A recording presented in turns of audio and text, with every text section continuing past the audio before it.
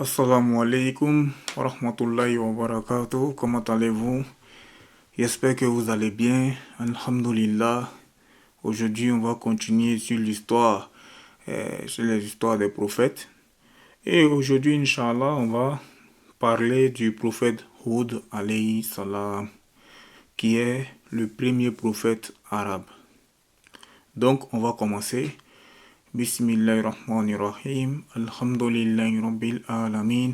Ashhadu an la ilaha illallah wa la sharika lah. Wa ashhadu anna Muhammadan abduhu wa rasuluh. La louange est à Allah, le Seigneur du monde, et que l'honneur et l'élévation intégrée soient accordés au prophète Muhammad sallallahu alayhi wa sallam. Et nous demandons à Allah qu'il nous fasse apprendre de ce que nous ignorons, qu'il nous fasse nous rappeler de ce que nous avons oublié et qu'il nous augmente en connaissance. Et nous demandons à Allah qu'il nous accorde une intention sincère dans l'apprentissage de la science de la religion ainsi que dans son application. Donc, on a parlé dans les cours précédents sur les histoires des prophètes, des 3 ou même 4 premiers prophètes. On a parlé du prophète Adam alayhi salam, qui est le premier des êtres humains, le premier homme, qui est le premier prophète messager. Ensuite, on a parlé du prophète Shith alayhi salam, qui est le fils du prophète Adam alayhi salam. Et ensuite, nous avons parlé du prophète Idris alayhi salam, qui est le 3e prophète. Et après, nous avons parlé du prophète Nuh alayhi salam. Et nous avons raconté notamment l'histoire du déluge et l'anéantissement de ceux qui n'ont pas cru en Allah et à son messager, qui était le prophète Nuh alayhi salam. Donc, les 4 premiers prophètes sont des prophètes messagers. Chacun est venu avec une nouvelle loi. Mais ils ont tous, comme les autres prophètes qui sont venus après, la même religion. Tous les prophètes étaient musulmans. Il y a une seule religion véridique. Il n'y a pas 3 religions célestes. Non. Ceux qui se réclament aujourd'hui du prophète Jésus alayhi salam, qui prétendent le suivre, en réalité, ils ne le suivent pas. Jésus alayhi salam n'a jamais dit « Je suis le fils de Dieu ». Ceux qui prétendent suivre le prophète Moïse alayhi salam, en réalité, ils ne le suivent pas. Moïse alayhi salam avait dit de suivre le prophète qui allait venir après. Or, quand Jésus est venu, ils ne l'ont pas suivi. Et Jésus alayhi salam, également, il a dit de suivre le prophète qui allait venir après, comme cela est cité dans le Coran, ce qui a pour sens, je vous annonce la venue d'un prophète qui viendra après moi, d'un messager qui viendra après moi, qui s'appellera Ahmad. Donc, ceux qui se réclament du prophète Jésus, alayhi salam, s'ils suivaient réellement le prophète Jésus, ils auraient suivi le prophète Muhammad sallallahu alayhi wa sallam. Un croyant, c'est quelqu'un qui croit en tous les prophètes. Ce n'est pas quelqu'un qui accepte une partie du livre et qui rejette une partie du livre. Allah Ta'ala dit dans le Coran, ce qui a pour sens, et ce verset-là est adressé à ceux qui se réclament mensongèrement du prophète Moïse et à ceux qui prétendaient suivre le prophète Moïse à l'époque du prophète Muhammad sallallahu alayhi wa sallam. Et dans ce verset, il est dit dans le sens, vous prenez une partie du livre et vous l'acceptez et vous refusez une autre partie du livre. Sourate 2, verset 85. Non, vous devez accepter le livre dans sa totalité. Et ces gens-là savaient que le prophète Muhammad sallallahu alayhi wa sallam, c'est le dernier des envoyés. Ils le savaient.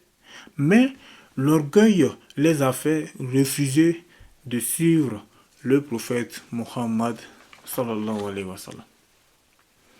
Mais ce qu'il faut savoir, ce qu'il faut comprendre, c'est que tous les prophètes avaient la même religion.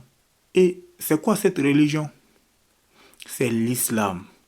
Comme c'est écrit dans le Coran, Allah Ta'ala dit dans le Coran, ce qui a pour sens, la seule religion que Allah agrée, c'est la religion de l'islam.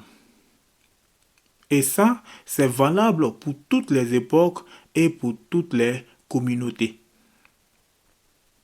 Donc, on a parlé du prophète Nuh alayhi salam et on a dit que quand il a appelé à l'islam pendant 950 ans, dans le cours précédent, je vous invite à écouter le cours précédent pour ceux qui ne l'ont pas écouté, on a vu que Allah Ta'ala a anéanti les non-croyants qui ont refusé de suivre, qui ont refusé de se soumettre à Allah et qui ont continué à adorer les statues et qui n'ont pas suivi le prophète Noé. Alors, il y a eu un déluge. Il y a eu le déluge. Dieu les a anéantis par la noyade. Et le prophète Nuh alayhi salam a été sain et sauf. Lui et les musulmans, les croyants qui étaient avec lui, qui étaient environ 80. Puis 6 mois après le déluge, alors qu'ils ont vogué sur l'âge de Noé, ils sont descendus sur la montagne qui s'appelle Al-Jodi. Et ils sont restés à vivre. Et il n'y avait que des musulmans parmi eux. À partir de là. Donc à partir de là, il n'y avait que des musulmans parmi eux. Maintenant, les seuls qui ont eu une descendance, c'étaient les 3 enfants de Nuh alayhi salam, qui sont Sam, Ham et Yafith. Voici les 3 enfants qui ont eu des descendances. Et la descendance s'est multipliée. Et les gens sont devenus de plus en plus nombreux, génération après génération. Et après une longue période, les gens ont commencé à se remettre dans le haram, dans la corruption, dans le péché, jusqu'à arriver à un moment où les gens se sont remis à adorer autre que Dieu. Donc, eux, ils savaient que ce monde avait un créateur. Ils reconnaissaient l'existence de Dieu. Ils ne niaient pas l'existence de Dieu. Mais ils associaient Allah à ses créatures. Donc, ils se sont mis à adorer des statues. Et les premiers qui se sont mis à adorer des statues, c'était un peuple qui était des Arabes, qui vivaient au Yémen. Et ces gens-là, on les appelle le peuple de Had, tout simplement, parce qu'ils descendent d'un homme qui s'appelle Had. Et on les appelle le peuple de Had. Et ces gens-là, Allah leur a accordé quelque chose de particulier. C'est que ils étaient grands, ils étaient forts, et ils avaient une force physique, et ils étaient grands de taille, grands. Et ils étaient encore plus grands que le prophète Adam alayhi salam. Et le prophète Adam alayhi salam, rappelez-vous, on avait dit que il avait une hauteur, une taille de 60 coudées de haut. Et 60 coudées, c'est environ 30 mètres, sur 7 coudées de large. Donc, le plus petit du peuple de Had faisait la taille de 60 coudées de haut. Certains atteignaient 100 coudées de haut. et ils avaient une forte corpulence. Ils étaient forts. Et ces gens-là se sont mis à faire beaucoup de mauvaises choses. Ils étaient injustes. Par leur force, ils nuisaient aux autres. Et en plus, ils n'étaient pas croyants. Dans le sens où ils associaient Allah à ces créatures. Ils adoraient des statues. Alors, Allah a fait que de ce peuple-là émerge un homme qui avait les qualités des prophètes et Allah lui a accordé la révélation. Sachez bien, mes frères et sœurs, que on ne devient pas prophète comme ça, à force de travail. Les prophètes, ce sont des personnes qui sont élues par Dieu. Et le dernier envoyé de Dieu, c'est le prophète Muhammad sallallahu alayhi wa sallam. Après qui, il n'y aura plus de prophètes. Même si tu travailles jour et nuit à adorer Allah, tu ne deviendras jamais un prophète. Tu ne peux pas devenir un prophète. Les prophètes, ce sont des êtres humains que Dieu a choisis et il les a dotés des meilleures qualités. Alors, Allah a envoyé le prophète Hud alayhi salam à ce peuple-là. Comme il dit dans le Coran, ce qui signifie « Et nous avons envoyé vers le peuple de Had leur frère Hud ». Et sachez que le terme frère ne veut pas dire frère de foi. Justement, ces gens-là, la plupart n'étaient pas croyants. La plupart n'étaient pas croyants. Mais c'est dans le sens de où ils étaient de leur tribu. D'accord? Donc, il leur a dit, ce qui signifie « Ô mon peuple, adorez Allah. Vous n'avez pas d'autre Dieu que lui. » Sourate 7, verset 65.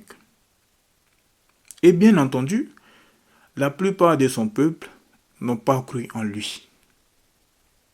La plupart de son peuple n'ont pas cru en lui. Donc, il les a appelés à l'islam jour et nuit. Il agissait avec bienfaisance comme les prophètes. Il faisait preuve de patience comme tous les prophètes. Mais le peuple de Had était un peuple orgueilleux. De par le fait que Allah leur a accordé justement cette force physique et cette grande détail. Imaginez-vous, 50 mètres de haut. Ils étaient immensément grands. Et Allah Ta'ala dit dans le Coran, ce qui signifie, le prophète Hud alayhi salam, il a dit à son peuple, rappelez-vous, donc le prophète Hud alayhi salam, il a dit à son peuple, rappelez-vous que vous n'êtes que les successeurs, vous êtes un peuple qui est venu après le peuple de Nuh alayhi salam. Et rappelez-vous ce qui est arrivé au peuple de Nuh, parce qu'ils n'ont pas cru en lui, parce qu'ils n'ont pas cru en Allah. C'est-à-dire, ils ont associé Dieu à ses créatures. Ne faites pas comme eux, de crainte qu'il ne vous arrive ce qui leur est arrivé. C'est-à-dire un grand châtiment. Et dans ce verset, Allah Ta'ala dit, en attribuant la parole au prophète Hud alayhi salam, ce qui signifie, Allah vous a accordé des corps qui sont plus forts et plus grands que ceux qui vous ont précédés. C'est dans Sourate 7, verset 69. Et dans un autre verset également, dans Sourate Al-Ahqaf, cette sourate, elle s'appelle Al-Ahqaf. Al-Ahqaf, c'était le lieu dans lequel ils habitaient. Ils habitaient dans cette région qui s'appelle Al-Ahqaf. Donc, dans ce verset, il est dit que le prophète Hud alayhi salam les a appelés à l'islam, les a appelés à adorer Allah uniquement, et il leur a dit, je crains pour vous que vous vous fassiez châtier si vous restez sur votre mécréance. Si vous restez dans cet égarement. Ça, c'est dans Sourate 46, verset 21. En plus de leur forte corpulence, Allah Ta'ala, il les a accordé beaucoup de bienfaits. Il les a accordé beaucoup de bienfaits. Ils étaient dans une région là où il y avait de l'eau, il y avait de la végétation, il y avait de la verdure. Et donc, ils faisaient pousser des plantations. Ils avaient des jardins et ils ne remerciaient pas Allah, malgré tous les bienfaits qu'Allah les a accordés. Le minimum que tu dois faire pour les bienfaits que Dieu t'a accordés, c'est de l'adorer. Le plus important, c'est quoi? C'est d'adorer Allah subhanahu wa ta'ala et de ne rien lui associer. Donc, ces gens-là avaient une vie paisible. Ils étaient dans une grande jouissance dans ce bas monde, de par leur corps, leur force, leur grandeur. Ils étaient imposants par rapport aux autres peuples. Et par les bienfaits, la végétation, les fruits, les légumes, la verdure, les rivières qui coulaient chez eux, etc. Et avec tout cela, ils n'ont pas accepté d'adorer uniquement Allah, mais ils adoraient leur statut. Et après le déluge, c'est le premier peuple. C'est pour cela qu'on parle de ce peuple-là et de ce prophète-là. C'est le premier peuple à avoir adoré des statues après la mort du prophète Nuh alayhi salam, du prophète Noé. Et ces gens-là, ils étaient extrêmement orgueilleux. Ils étaient très orgueilleux. Et ils disaient, qui est plus fort que nous? C'était ça leur orgueil qui les a amenés à refuser de se soumettre aux ordres du prophète Hud alayhi salam. Mais il y a quelques personnes qui ont cru en lui. D'accord? Il y a quelques personnes qui ont cru en lui, comme pour d'autres prophètes. Ceux qui ont cru en Hud alayhi salam, c'était seulement une minorité. C'était seulement une minorité. Et Allah Ta'ala dit dans le Coran, ce qui a pour sens, ce qui signifie, le peuple de Had, ils ont fait preuve d'orgueil sur terre. Et ils disaient, qui est plus fort que nous? Ne voit-il pas qu'Allah est plus puissant qu'eux? Puisque c'est Allah qui est tout puissant. Mais ces gens-là, ils ont renié les signes évidents qui montrent la toute-puissance d'Allah. Sourate 41, verset 15. Quand Hud alayhi salam, il les a appelés à adorer Allah uniquement, qu'est-ce qu'ils ont répondu? Qu'est-ce qu'ils ont répondu? Et Allah Ta'ala nous l'apprend dans le Coran. Ce peuple-là, ce peuple de non-croyants, qui était le peuple de Hud, alayhi salam, ils ont dit, qu'est-ce qu'ils ont dit? Ils ont dit, on trouve que tu es stupide. C'est-à-dire, tu as délaissé la vérité en ne nous suivant pas dans l'adoration des statues. Ce à quoi tu nous appelles, c'est du n'importe quoi. Et on pense que tu es un menteur. Lorsque tu dis tu es un envoyé de Dieu, on te considère comme étant un menteur. Alors le prophète Hud alayhi salam, il leur a répondu, ce qui signifie, ce que j'ai dit, ce n'est pas des stupidités, ce n'est pas un mensonge, ce n'est pas faux, mais je suis un envoyé de Dieu. Je suis un messager de Dieu. Bon, ils n'ont pas cru en lui. Encore une fois, ils n'ont pas cru en lui. Et il leur a dit, je vous transmets les messages de la part d'Allah. Et moi, je ne suis qu'un conseiller honnête. Et Allah Ta'ala dit également, c'est-à-dire que ces gens-là étaient étonnés que le prophète de Dieu, l'envoyé de Dieu qui vient transmettre le message de la part de Dieu, ce soit un homme comme eux, qui mange, qui boit, c'est un être humain qui fait partie de leur peuple.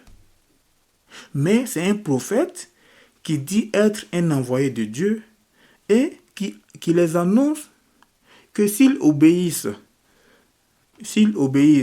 à Allah et qu'ils croient en Allah, ils iront au paradis. Et s'ils ne croient pas en Allah, ils mériteront un châtiment. Alors, ils ont refusé de croire au prophète Hud alayhi salam, du fait que c'était un homme, tout comme eux, ils étaient des êtres humains. Et quand il les a fait le rappel qu'il était un peuple qui est venu, et quand il les a fait le rappel qu'ils étaient un peuple qui est venu après le peuple de Nuh alayhi salam, et qu'ils ne suivent pas, donc, le peuple de Nuh, alayhi salam, dans l'égarement. Il leur a dit, ce qui signifie, il leur a dit, mais regardez les bienfaits que Allah vous a accordés et méditez afin de gagner dans l'au-delà et afin de réussir. Mais comme j'ai dit, ils ont refusé de croire. Alors, il leur a annoncé qu'un châtiment va bientôt arriver s'ils continuent à ne pas croire en Allah. Donc, il les a annoncé que un châtiment allait arriver s'ils continuent dans cet égarement, s'ils continuent à ne pas croire en Allah.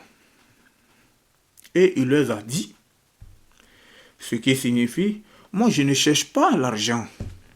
Je suis en train d'essayer de vous guider, de vous apporter la guidée. Je ne suis pas en train de réclamer de vous de l'argent ou bien une quelconque présidence. Et Allah Ta'ala dit, et là encore, c'est la parole qui est attribuée au prophète Hud alayhi salam. Donc il dit, je ne vous demande pas d'argent ou de récompense. Ma récompense, je l'espère de la part de mon Seigneur. Je l'espère de la part de mon Seigneur. C'est le Seigneur du monde qui me donnera cette récompense.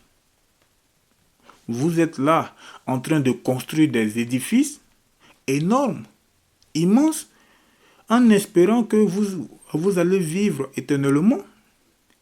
Vous construisez cela et vous vivez comme si vous allez vivre sans fin, sans mourir. Et en plus, vous faites preuve d'injustice parce que vous avez cette force corporelle. Vous êtes injuste envers les autres. Craignez Allah et obéissez-moi. Craignez celui qui vous a donné ce que vous savez. Il vous a donné de nombreux bienfaits. Il vous a donné une descendance, des enfants. Il vous a donné des jardins. Il vous a donné des fleuves. C'est Dieu qui vous a donné tout cela. Craignez-le. Croyez en lui. Obéissez-lui. Parce que moi je crains pour vous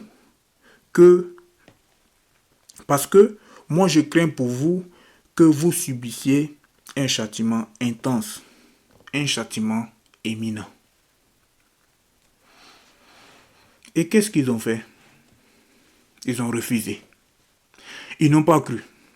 Comme beaucoup, comme Pharaon, qui a refusé de croire au prophète Moussa alayhi salam, comme on le verra Inch'Allah dans le cours à venir. Comme ceux qui ont refusé de croire au prophète Nuh alayhi salam. comme ceux qui ont refusé de croire au prophète Ibrahim alayhi salam. Et pourtant, ils ont vu des miracles et des signes. Mais parfois, l'orgueil, ça mène loin. Ça mène jusqu'à l'égarement. Et Allah Ta'ala dit dans le Coran, ce qui a pour sens. Ces gens-là, qui étaient la majeure partie de son peuple, puisque ceux qui ont cru en lui étaient une minorité, en plus, il ne disait même pas aux gens qu'ils croyaient en lui. Parce que ils avaient peur de subir des injustices. Donc, ils cachaient leur foi. Ils ne montraient pas qu'ils étaient musulmans. Mais les autres, là, les autres qui étaient la grande majorité, qui étaient non-croyants et qui ne croyaient pas en l'au-delà, pour eux, c'était que ce bas monde et c'est fini. C'est-à-dire que pour eux, c'était que ce bas monde et c'est fini. Et puis c'est tout. Maintenant, donc ils ont dit que, ce qui signifie que lui, ce n'est qu'un être humain comme vous. Il mange ce que vous mangez et il boit tout comme vous buvez. Et il boit ce que vous buvez. Et si vous le suivez, si vous croyez en un être humain comme vous, alors vous serez perdant. Sourate 23, verset 33-34. Donc voilà les propos que disaient les non-croyants. C'est ce qu'ils disaient. Et ensuite, il disait, ce qui signifie, il vous promet, après la mort, après être devenu la poussière et des os, vous allez être ressuscité. Et il disait, bien sûr que non. Bien sûr que cela n'arrivera pas et cette promesse, elle est infondée, elle est fausse. Et il disait, nous avons que cette vie d'ici-bas, nous vivons ici et nous mourrons ici et nous n'allons pas être ressuscités. Mais cet homme n'est qu'un menteur. Sourate 23, versets 35 à 38. Et là, ils lui ont dit, montre-nous le châtiment comme cela est cité dans le Coran. Donc ils lui ont dit, montre-nous le châtiment. Donc, comme cela est cité dans le verset du Coran, ce qui a pour sens, ils lui ont dit, tu viens nous dire d'adorer que Dieu et de délaisser l'adoration des statues que nos parents adoraient. Alors ramène-nous ton châtiment si tu es véridique, si tu es vraiment véridique.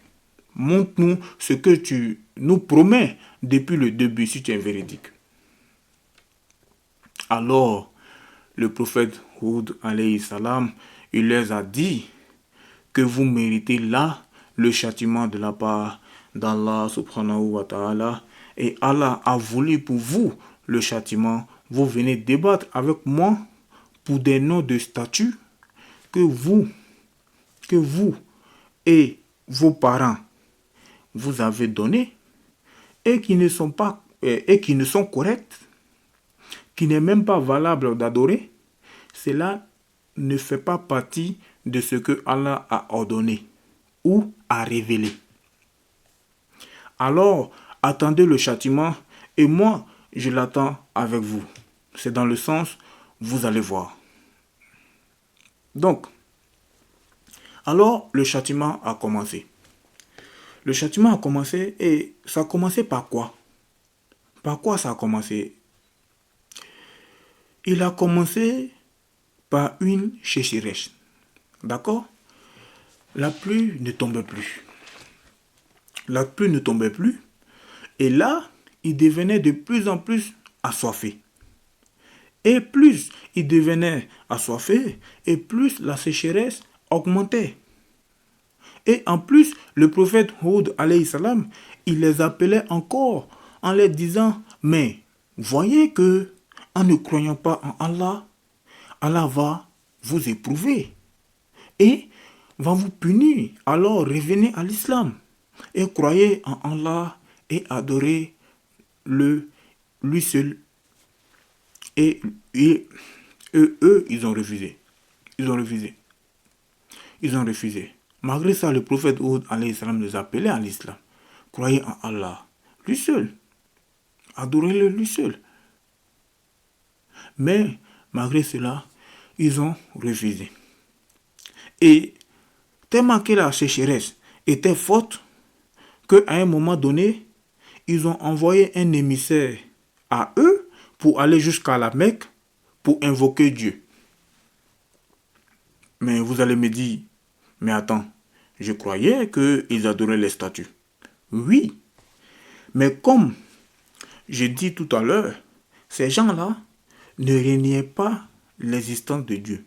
Mais ils adoraient les statues également. Donc, ils faisaient du shirk. Parce que tu dois adorer Dieu lui seul et ne rien lui associer. Et ces gens-là, ils avaient gardé de leurs ancêtres, ils savaient que la Mecque était une ville bénie. Une ville dans laquelle il y avait du bien. Donc, il est parti à la Mecque, cet émissaire-là. Il est parti à la Mecque. Et ils l'ont envoyé afin d'invoquer Dieu pour que la pluie retombe. Pour que la pluie se remette à tomber. Et donc, cet homme, il est parti jusqu'à la Mecque. Du Yémen jusqu'à la Mecque. Et il a invoqué Dieu. Il a dit, ce qui signifie, ô Seigneur, je ne suis pas venu pour un malade afin qu'il soit guéri. Je ne suis pas venu pour un prisonnier afin qu'il soit libéré. Mais je suis venu, ô mon Seigneur, pour que tu amènes la pluie à Ad, tout comme tu leur donnais la pluie auparavant. Il a répété 3 fois cette phrase. Alors là, il a vu 3 nuages se rapprocher. Un nuage blanc, un nuage rouge et un nuage noir. Et un ange est venu et cet ange a parlé. D'accord? Cet ange a parlé. Donc, lui, il a entendu la voix d'un ange. Il a entendu la voix d'un ange qui lui a dit, choisis pour ton peuple lequel des 3 nuages que tu souhaites. Et lui, il s'est dit quoi? Il s'est dit que le nuage noir, habituellement, c'est celui qui apporte la pluie. Alors, il a dit, je choisis le nuage noir. Dans l'espoir que le nuage noir allait amener la pluie à son peuple. Alors, l'ange a parlé et il lui a dit, tu as choisi ce qui a pour sens, tu as choisi dans le sens, le nuage qui va faire périr ton peuple. Tu as choisi le nuage qui va faire périr ton peuple. C'est-à-dire, c'est le châtiment. Et là, le nuage s'en est allé en direction du Yémen. Et quand les gens qui étaient au Yémen, ils ont vu cela, ils ont vu les nuages apparaître, ils étaient contents. Ils étaient heureux parce que ils se sont dit, c'est bon, la pluie, elle va arriver. Elle arrive, la pluie. Sauf que ce n'était pas la pluie. C'était la tempête. C'était le châtiment. Et Allah Ta'ala dit dans le Coran à ce sujet, ce qui a pour sens, quand ils ont vu que le nuage arrivait sur leur vallée, ils ont dit, oh, voilà la pluie qui vient à nous. C'est votre châtiment en fait. C'est un vent dans lequel il y a un châtiment intense et qui détruit tout sur son passage. par ordre d'Allah subhanahu wa ta'ala. Surat 46, verset 25. Donc, comment ça s'est passé? Au départ, ils ont vu que le vent était très fort et il a balancé, jeté leurs animaux qui étaient un peu à l'extérieur de leur ville. Et leur bétail très loin, tellement que le vent était puissant. Alors là, ils se sont dit, oula, c'est dangereux. Ils se sont mis à avoir très peur. Et ils sont partis dans leur maison. Ils ont cru que en étant dans leur maison, en étant dans la maison, ils allaient être sauvés. Sauf que le vent, il était tellement fort il était tellement puissant que même cachés dans leur maison, ils ont péri. Même cachés même dans leur maison, ils ont péri tellement que le châtiment, tellement que le vent était puissant. Le vent, il les a soulevés et il les a et les gens, ils s'envolaient. Et après, ils retombaient au sol, la tête détachée du corps. La tête se détachait du corps. Et c'est ainsi qu'ils ont péri. Et ce vent était glacial. Il était froid. Tandis que ceux qui ont suivi le prophète Hud alayhi salam, eux, ils n'ont rien eu. Au contraire, ils ont ressenti que c'est un apaisement. Ils ont ressenti que c'est un apaisement, le vent qu'ils ont ressenti eux. Eux, ils ont été sains et saufs. Allah Ta'ala a encore une fois, Allah Ta'ala a sauvé les croyants. Allah Ta'ala a sauvé les croyants qui ont suivi le prophète et il a anéanti les non-croyants. Comme il dit dans le Coran, c'est-à-dire, quant au peuple de Had, ils ont été anéantis par un vent qui était terrible, qui était très dur. Allah a envoyé ce vent durant 7 nuits et 8 jours d'affilée. 7 nuits et 8 jours d'affilée. Et à la fin, tu ne voyais que les êtres humains qui est resté parmi les non-croyants.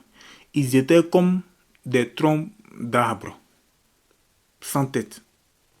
C'est-à-dire, sans les branches, sans le haut de l'arbre. Ils étaient comme des troncs, puisqu'ils n'avaient plus les têtes. Leurs têtes étaient détachées de leur corps. Est-ce que tu vois qu'ils sont restés? Ces gens-là qui se croyaient très forts, qui étaient très orgueilleux, qui vivaient de manière comme s'ils croyaient qu'ils allaient vivre éternellement. Regarde ce qu'ils sont devenus. Sourate 69, versets 6, 7 et 8. Encore un peuple qui a été détruit, qui a été anéanti. Et vous voyez qu'à plusieurs reprises dans le Coran, cette histoire est citée. Pourquoi ces histoires sont citées dans le Coran? C'est pas pour qu'on les écoute et on dit Mashallah et après c'est tout. Non. Mais c'est pour qu'on tire des leçons de cela. Que l'on ne tombe pas dans ce dans quoi sont tombés les autres. Qui eux-mêmes qui étaient censés tirer des leçons de ceux qui les ont précédés. Ce peuple-là était au courant de ce qui est arrivé au peuple du prophète Nuh alayhi salam, prophète Noé.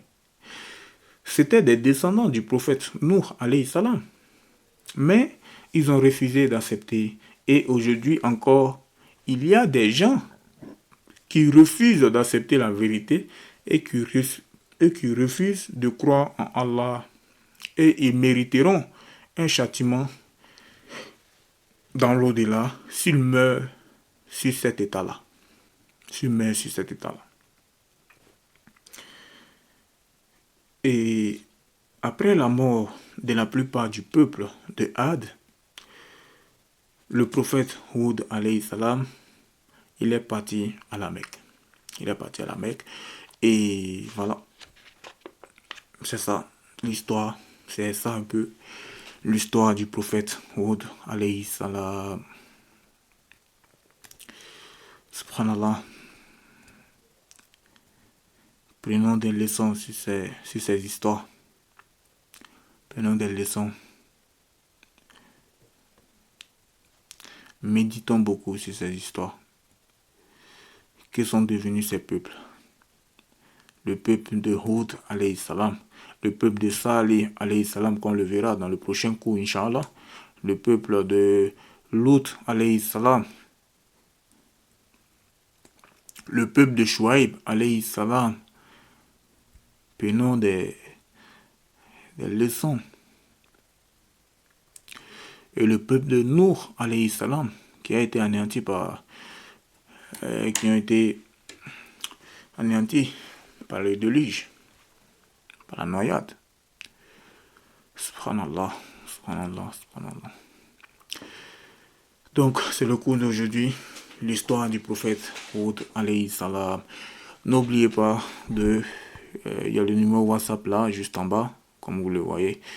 Il y a le numéro WhatsApp. Vous pouvez envoyer un message WhatsApp pour que je vous enregistre et je vous ajoute dans le groupe de rappel islamique. Groupe WhatsApp rappel islamique. Donc, envoyez un message et Inch'Allah, je vais vous ajouter. Et comme ça, vous allez recevoir les notifications des cours. Et voilà, si vous avez des questions, vous pouvez aussi écrire sur ce numéro. Inch'Allah, je vous répondrai. Donc, c'était ça pour aujourd'hui.